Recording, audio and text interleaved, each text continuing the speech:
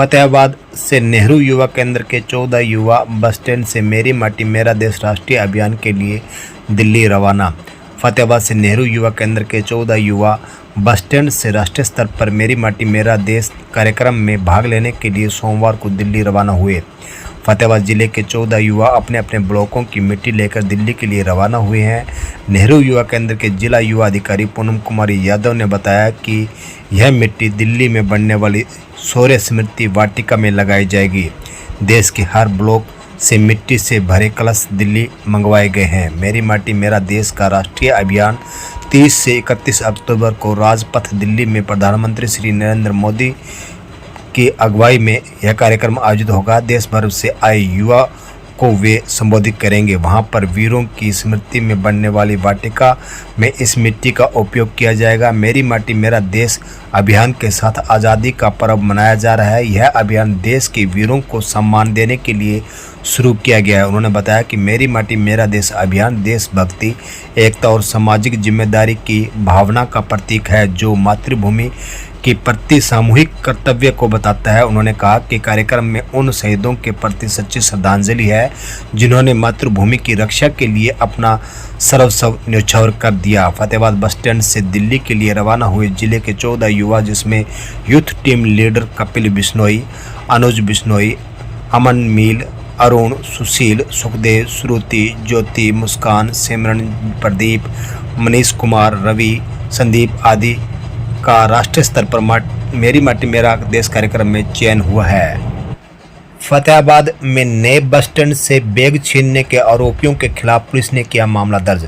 फतेहाबाद में नए bus stand से बैग छीनने के आरोप में पुलिस ने आरोपियों के खिलाफ मामला दर्ज कर जांच शुरू की है। सोमवार को मिली जानकारी अनुसार नए बस स्टैंड पर यूपी के 2 युवकों के साथ छीना झपटी का मामला सामने आया है।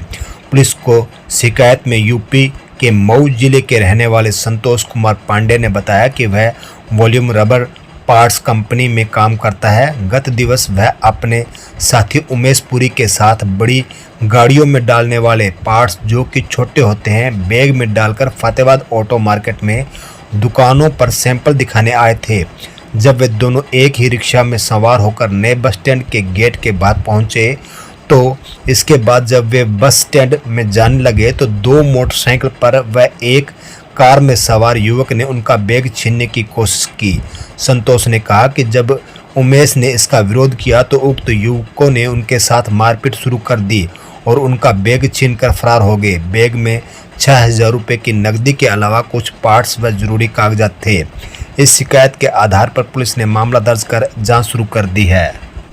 फतेहाबाद की सब्जी मंडी में नवनिर्माण कार्य हुआ शुरू। फतेहाबाद की सब्जी मंडी में नवनिर्माण कार्य सोमवार को शुरू हो गया। रुका हुआ यह निर्माण कार्य सोमवार को दोबारा शुरू होने से क्षेत्रवासियों ने खुशी की लहर जगी है और अब यह कार्य पूर्ण होगा, जिसमें सीवर लाइन से लेकर सड़कें, लाइट, वहीं शेड का कार्य शामिल है, जो कार्य की अब सुचारू रूप से यहां शुरू करते हुए इसमें ठेकेदार द्वारा अतिशीघ्र पूरे करने की बात की गई है। उन्होंने बताया कि अभी फिलहाल शेड के निर्माण कार्य चल रहे हैं, उसको लेकर पूरा तैयार किया जा रहा है। वहीं यहां पर जो सीवरेज होल है इसे भी तैयार करना शुरू कर दिया गया है। उन्होंने बताया कि यहां पर बड़ी मात्रा में विकास कार्य होना है, जिसमें यहां सीवर लाइन से लेकर सड़कें, लाइट वह सभी कार्य दुरुस्त कर किए जाएंगे। इसके साथ साथ नए निर्माण कार्य भी यहाँ किए जाएंगे, जिसको लेकर सोमवार को यह कार्य शुरू कर दिए गए हैं। फतेहाबाद के लघु सचिवालय में तूड़ा व्यापारी ट्रैक्टर चालकों ने उपायुक्त को सौंपा मांग पत्र। फतेहाबाद लघु सचिवालय में सोमवार को तूड़ा व्यापारी ट्रैक्टर चालकों ने किसान नेता मनजीत सिंह नाथवान की अगुवाई में जिला उपायुक्त को एक मांग पत्र सौंपा। तूड़ा व्यापारियों ने कहा कि एक तरफ तो सरकार व प्रशासन धान की फसल के बाद तूड़ा न जलाने का आग्रह करती है, तो वहीं दूसरी ओर उनके ट्रैक्टरों के चालान काटे जा रहे हैं। उन्होंने बताया कि वह फतेहाबाद जिले से महेंद्रगढ़ जिले में ट्रैक्टर ट्रालियों पर तूड़े की गांठें लेकर महेंद्रगढ़ प्लांट फैक्ट्री में बेचे जा रहे थे और उनके रास्ते में ही पुलिस द्वारा उनके लगभग 8 ट्रैक्टरों के 30 से 40 हजार रुपये के चालान काट दिए गए। उन्होंने कहा कि उनके द्वारा काटे गए चालान की राशि भुगतान उनका वापस दिलाया जाए ताकि वह अपने परिवार का पालन पोषण व गुजर बसर सही तरीके से कर सके। उन्होंने कहा कि वे जरूरतमंद दिहाड़ीदार मजदूर हैं। ट्रैक्टर चालक आखिरकार कहां जाएंगे? उनकी तो रोजी रोटी का साधन ही ट्रैक्टर ट्राली है। इस अवसर पर अनेक लोग मौजूद थे। उन्होंने यहां पर उपस्थित होकर इकट्ठे होकर उपायुक्त से गुहार लगाई कि ये वे लोग जो पराली का भुस्सा होता है उसकी गांठें बनी होती है उसको उठा करके ट्रैक्टर ट्रॉली के माध्यम से महेंद्रगढ़ ले जाते हैं, लेकिन रास्ते में उनके ट्रैक्टरों के चालान काटे जा रहे हैं, जिस पर अंकुश लगाया जाए व काटे गए चालान की राशि वापस कर दी जाए। टोहाना में पराली प्रबंधन बारे आयोजित बैठक में एसडीएम ने पराली जलाने की घटनाओं पर कड़ी निगरानी के दिए निर्देश। टोहाना में पराली प्रबंधन बारे सोमवार को अधिकारियों की बैठक का आयोजन किया गया, जिसकी अध्यक्षता एसडीएम प्रतीक हुड्डा ने की। आयोजित बैठक में एसडीएम ने पराली जलाने की घटनाओं पर कड़ी निगरानी के निर्देश दिए। उन्होंने पराली जलाने की घटनाओं की समीक्षा की। उन्होंने कहा कि पराली जलाने की घटनाओं पर अंकुश लगाने के लिए संबंधित क्षेत्र में कड़ी निगरानी रखी जाए और जहां कहीं भी फसल अवशेष जलाने की सूचना मिलती है वहां पहुंचकर त्वरित कार्रवाई करें। किसानों को पराली जलाने से होने वाले दुष्प्रभावों के बारे में बताएं और उन्हें पराली को जलाने की बजाय उसके उचित निपटाने बारे जागरूक किया जाए। एसडीएम प्रतीक हुड्डा ने कहा कि रेड व येलो जोन में विशेष रूप से फोकस रखें और वहां के किसानों को फसल अवशेष न जलाने के लिए प्रेरित करें। टोहाना में 28 रेड और 27 येलो जोन हैं। इन पर विशेष ध्यान दिया जाए और ग्राम स्तर पर बनाई समितियों को सक्रिय रखें। एसडीएम ने कहा कि नोडल अधिकारी अपने अपने क्षेत्रों में लगातार निगरानी रखें। ग्रामीणों को बताएं कि जहां एक तरफ फाने जलाने से यहां पर्यावरण प्रदूषित होता है, वहीं अनेक प्रकार की बीमारियां फैलने का भी अंदेशा बना रहता है तथा साथ ही जमीन की उर्वरक शक्ति भी कमजोर हो जाती है। किसान पराली प्रबंधन के लिए आधुनिक कृषि यंत्रों का प्रयोग करें ताकि पशुओं के लिए चारे की कमी न हो और भूमि की उपजाऊ शक्ति बढ़े। सुप्रीम कोर्ट के आदेशानुसार पराली जलाने की घटनाओं पर अंकुश लगाने के लिए प्रशासनिक अधिकारियों के साथ साथ पंचायत की जिम्मेदारी भी तय की गई है। उन्होंने बताया कि सरकार द्वारा फसल अवशेषों का सही प्रबंधन करने के लिए कृषि यंत्रों पर भारी अनुदान भी दिया जाता है और पराली प्रबंधन करने वाले किसानों को भी प्रोत्साहन स्वरूप राशि दी जाती है। उन्होंने बताया कि जो किसान अपने धान की पराली का कृषि यंत्रों द्वारा पराली प्रबंधन करवा रहे हैं उस किसान को प्रति एकड़ अधिकतम 1000 रुपये प्रोत्साहन राशि दी जा रही है। भट्टुकला जन स्वास्थ्य प्रांगण में सर्व कर्मचारी संघ की बैठक हुई आयोजित। सर्व कर्मचारी संघ हरियाणा की खंड इकाई भट्टुकला की बैठक सोमवार को खंड प्रधान हरपाल सिंह हुड्डा की अध्यक्षता में जन स्वास्थ्य प्रांगण में हुई। बैठक का संचालन खंड सचिव वीरेंद्र बेनीवाल ने किया। जिला कोषाध्यक्ष कृष्ण चंद्र जाखड़ जिले की तरफ से उपस्थित हुए। उन्होंने कहा कि 3 नवंबर को पुरानी पेंशन नीति लागू करने, कच्चे कर्मचारियों को पक्का करने, विभागों का निजीकरण रोकने, 8वां वेतन आयोग लागू करने आदि मांगों को लेकर रामलीला मैदान दिल्ली में अखिल भारतीय स्तर की विशाल रैली का आयोजन किया जा रहा है। इस रैली में पूरे भारतवर्ष से सभी विभागों के कर्मचारी और अध्यापक भाग लेंगे। भट्टू से भी सैकड़ों कर्मचारी दिल्ली रैली में भाग लेंगे। रैली के लिए अध्यापक संघ के खंड सचिव सत्यपाल सिंह ढाका और जिला सचिव देशराज माचरा ने बोदेवाड़ी, सरवरपुर, कुकड़ावाड़ी, ढाणी चानन व ढाणी मोहताब में अध्यापकों से संपर्क भी किया। अध्यापकों में रैली के लिए पूरा उत्साह है। इस मौके पर खंड सह सचिव Vinod Godara, AHPC worker union से बहाल सिंह भद्रेचा, शंकर बेनीवाल और राकेश कुमार उपस्थित रहे। भट्टुकला खंड विकास एवं पंचायत कार्यालय पर 23वें दिन भी धरना दे ग्रामीण सफाई कर्मचारी रहे हड़ताल पर। भट्टुकला खंड विकास एवं पंचायत अधिकारी कार्यालय पर 23वें दिन सोमवार को भी धरना दे ग्रामीण सफाई कर्मचारी हड़ताल पर रहे। हड़ताल की अध्यक्षता जिला के वरिष्ठ उपाध्यक्ष सुनील कुमार ने की व संचालन रिषपाल ने किया। उन्होंने बताया कि मुख्यमंत्री की घोषणा ने कर्मचारियों के जल्ले पर नमक छिड़कने का काम किया है। 3 नवंबर तक हड़ताल वे जारी रहेगी और 31 अक्टूबर को टोहाना में मंत्री के दरवाजे पर 24 घंटे का पड़ाव डाला जाएगा, जो कि यह निर्णय कल रोहतक में आयोजित ग्रामीण सफाई कर्मचारी यूनियन हरियाणा की राज्य कमेटी की बैठक में लिया गया है। जब तक उनकी मांगें पूरी नहीं होती वे अपनी हड़ताल जारी रखेंगे। सुनील कुमार ने वाल्मीकि जयंती पर मुख्यमंत्री द्वारा की गई 1000 रुपये की मासिक बढ़ोतरी को नाकाफी करार देते हुए सफाई कर्मचारियों के जले पर नमक छिड़कने वाला बताया और कहा कि इस घोषणा के बाद कर्मचारियों में भारी रोष और आक्रोश पैदा हो गया है। महर्षि वाल्मीकि प्रकट दिवस पर प्रदेश के सफाई कर्मचारी तो पक्की नौकरी का तोहफा देने की उम्मीद लगाए बैठे थे। सरकार ने हाल ही में जिला परिषद सदस्यों, मेयर, नगर परिषद, ब्लॉक समिति सदस्यों और चेयरमैनों के मानदेय में दुगनी बढ़ोतरी की है और सफाई कर्मचारियों के लिए 1000 रुपये की बढ़ोतरी करके भद्दा मजाक किया गया है। इस अवसर पर प्रताप, किशन, रजनू, सतवीर, सन्नी, विकास, रणवीर, विजय, राधा कृष्ण, भारत, सिंगाराम, घड़सीराम, राजेंद्र, विद्या देवी, पार्वती, सुमित्रा, बिमला, नथिया सहित अनेक सफाई कर्मचारी मौजूद रहे। मनोहर मेमोरियल पीजी कॉलेज फतेहाबाद में गणतंत्र दिवस परेड शिविर में बिखरी उत्तर भारत के राज्यों की सांस्कृतिक महक। मनोहर मेमोरियल पीजी कॉलेज फतेहाबाद में गणतंत्र दिवस परेड शिविर में सोमवार को उत्तर भारत के राज्यों की सांस्कृतिक महक बिखर कर सामने आई। एनएसएस टुकड़ी के लिए उत्तर भारत के एनएसएस की 40 स्वयंसेविकाओं का चयन किया जाना है, जिसमें हरियाणा सहित दिल्ली, जम्मू कश्मीर, लद्दाख, राजस्थान, पंजाब, चंडीगढ़ व हिमाचल से पहुंची कुल 200 स्वयंसेविकाएं शिविर में अपने अपने राज्य का प्रतिनिधित्व कर रही हैं। इसको लेकर भारत सरकार युवा कार्यक्रम एवं खेल मंत्रालय के क्षेत्रीय निदेशालय नई दिल्ली द्वारा हरियाणा राज्य के मनोहर मेमोरियल पीजी कॉलेज फतेहाबाद में उत्तर क्षेत्रीय पूर्व गणतंत्र दिवस परेड शिविर 2023 का आयोजन हो रहा है। सोमवार को आयोजित कार्यक्रम में चौधरी चरण सिंह हरियाणा कृषि विश्वविद्यालय हिसार के वीसी प्रोफेसर बलदेव सिंह कंबोज ने बतौर मुख्य अतिथि भाग लिया।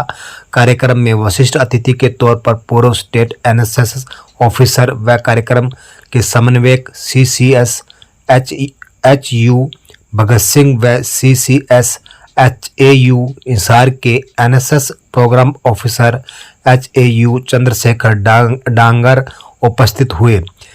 3 नवंबर तक आयोजित होने वाले इस शिविर में उत्तर भारत के अलग अलग राज्यों से सांस्कृतिक झलक देखने को मिल रही है। कार्यक्रम को भारत सरकार युवा कार्यक्रम एवं खेल मंत्रालय एनएसएस क्षेत्रीय निदेशालय नई दिल्ली के फील्ड ऑफिसर देशराज ने भी संबोधित किया।